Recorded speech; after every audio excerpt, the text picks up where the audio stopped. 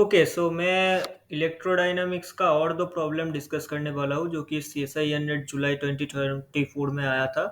और ये IIT jam या फिर जेई मेंस के पर्सपेक्टिव पे भी अच्छा प्रॉब्लम है क्योंकि ये सर्किट एनालिसिस का क्वेश्चन हर एग्जाम में आ सकता है। तो let's look at the first problem. The problem says the resistance R and R prime change due to strain while R increases R prime decreases. मतलब यहाँ जो सर्किट है या तुम्हें चार रेजिस्टेंस दिख रहे होंगे R प्राइम R।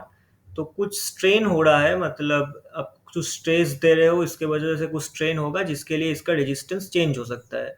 अगर चेंज ऐसा हो रहा है कि R इंक्रीज करेगा मतलब R प्लस डेल्टा R हो जाएगा, और आर आर प्राइम जो है वो R prime minus delta R हो जाएगा, ऐसे ये चेंज हो गया। तो the unstrained values of R and R prime is 100 ohm, it is given. If same strain is applied to all the resistors, the output voltage VAB changes to 0.3 volt. Then delta R is closest to. So diagram को समझते हैं। यहाँ पर एक 10 volt battery given है, ये आपको circuit given है। यहाँ पर मैंने जैसे बोला R R प्राइम है, R प्राइम एंड R है, और अब स्ट्रेन प्रोवाइड कर रहे हो ताकि ये चारों रेजिस्टेंस का रेजिस्टेंस चेंज हो जाए। जो आर है वो इंक्रीज कर जाएगा डेल्टा आर से, और जो आर प्राइम्स है वो माइनस डेल्टा आर से डिक्रीज कर जाएगा। और आपको फिर फाइंड करना है the what is the voltage difference between B A B. So ये पॉइंट आप ए मान के चलो और ये पॉइंट आप बी मान के चलो। सो इस ए और बी के अंदर कितना वोल्टेज डिफरेंस होगा वो आपको मतलब गिवन है 0.3। तो फिर आपको डेल्टा आर कैलकुलेट करना है। तो डायग्राम आपने अच्छे से देख लिया, तो हम इसको रीड्रॉ करते हैं फिर से। तो this is the redrawn circuit. So यहाँ पर 10 वोल्ट गिवन है, यहाँ पर कुछ करंट आई आ रहा है। करंट आई यहाँ पर दो हिस्सों में बांट जाएगा। अब अगर इस सर्किट को अब देखेंगे देखेंगे तो यहाँ पे टोटल रेजिस्टेंस है आर प्लस आर प्राइम, और यहाँ पे भी टोटल रेजिस्टेंस है R plus R prime. So current जो आएगा वो इक्वली डिवाइड होगा बोथ साइड में, क्योंकि यहाँ पर टोटल रेजिस्टेंस सेम है, इस साइड में भी टोटल रेजिस्टेंस सेम है, और ये दो सर्किट पैरेलल है, मतलब दोनों साइड पे भी 10 वोल्ट वोल्टेज लग रहा है।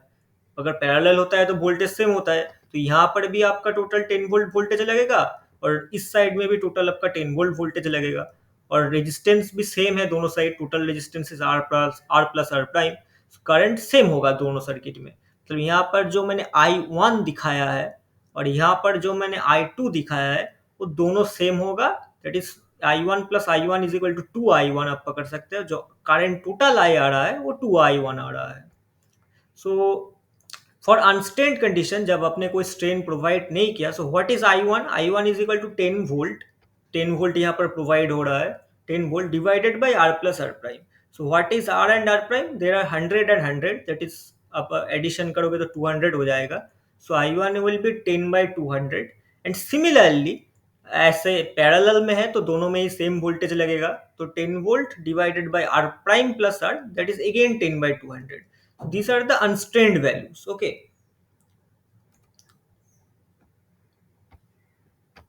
Now आप सर्किट को फिर से देख सकते हैं। सो ऐसा कि मैंने कहा था कि यहाँ पर टोटल आई जो है, यहाँ पर I1 plus I2 that is 2I1 है, और आप इसको 2I2 भी कह सकते हैं कि I1 I2 सेम है। सो अब भी बी क्या होगा। आप यहाँ पर पॉइंट बी को देखिए, यहाँ पर से करंट आएगा, आर प्राइम से पास होगा, फिर यहाँ पर ग्राउंड में चला जाएगा। सो जो बी पॉइंट है वहां से करंट बस एक ही रेजिस्टेंस को पास कर रहा है जो कि है आर प्राइम। आर प्राइम को पास करने के बाद यहाँ पे वो ग्राउंड पे चला जाएगा डायरेक्ट। सो यहाँ पर कितना करंट फ्लो हो रहा है, I1 फ्लो हो रहा है। तो V B is equal to क्या होगा, I1 into R prime, because I1 current only R prime को पास कर रहा है, उसके बाद सीधा ग्राउंड में जा रहा है। So V B is equal to I1 into R prime, that is 100 I1। I1 is equal to 10/200, so that is equal to 5। Similarly जो वी ए है, जो पॉइंट ए है, यहाँ पर से I2 करंट जा रहा है। I2 current only are resistance को देखेगा, और आर रेजिस्टेंस से पास करने के बाद वो सीधा ग्राउंड हो जाएगा।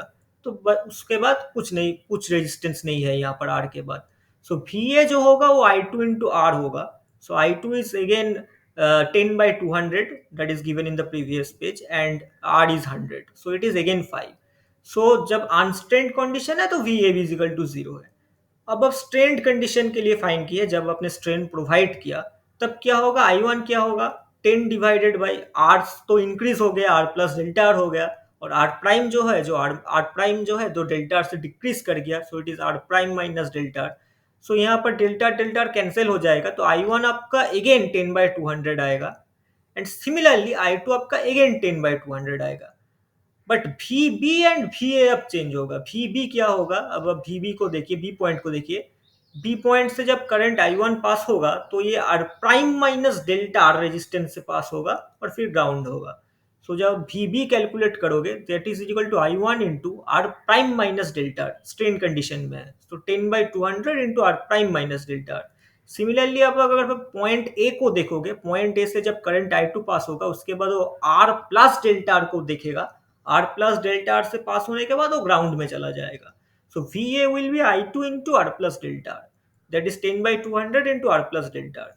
So VAB, the potential difference between A and B, that is VA minus BB, is equal to 10/200। अब इन दोनों को सब्ट्रैक्ट करोगे तो 2 इंटू डेल्टा आर आएगा, that is equal to 0.3 is given.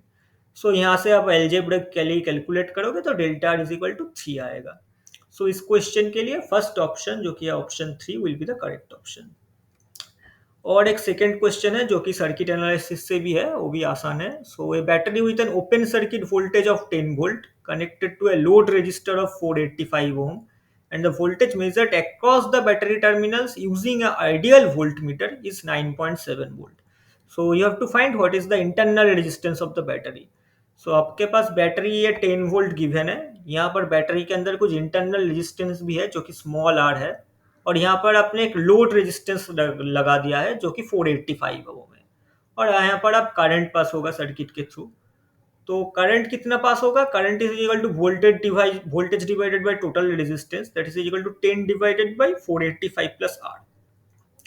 अब आप मान लीजिए कि आपने वोल्ट मीटर लगा दिया बैटरी के आर पर, तो वोल्ट मीटर कितना वोल्टेज देखेगा, क्योंकि आई इंटू आर एल, तो यहाँ पर अपने एक टर्मिनल लगाया और यहाँ पर अपने सेकेंड टर्मिनल लगाएगा, तो इन दो टर्मिनलों के बीच कितना वोल्टेज डिफरेंस है, आप ये कह सकते हैं कि आई इंटू आर एल डिफरेंस है। और सिमिलरली आप ये भी कह सकते हैं कि 10 minus I into small R है, आप जो भी कहेंगे वही वही सही है। तो यहाँ पर हम सिंपल केस लेके चल रहे हैं कि आई इंटू आर एल है, आप यहाँ पर आई इंटू आर एल के जाएगा 10 minus I into small R भी लिख सकते हैं, वो भी सेम चीज है। So I into R L is equal to 9.7 given, so I is 10 divided by 485 plus R into R L is equal to 9.7। So यहाँ से आप सॉल्व करोगे तो small R is equal to 15 ohm आएगा। So इस question के लिए 15 ohm is the correct answer. सो ये दो क्वेश्चन था जो सर्किट एनालिसिस से था, और ये अच्छा क्वेश्चन है, मतलब CSIR नेट में आया था, पर ये IIT जैम या फिर मतलब नेट के लिए, मतलब IIT जैम के लिए, जेई मेंस के लिए भी अच्छा क्वेश्चन है। सो या आपको अगर कोई डाउट है तो आप बता सकते हैं। Thank you.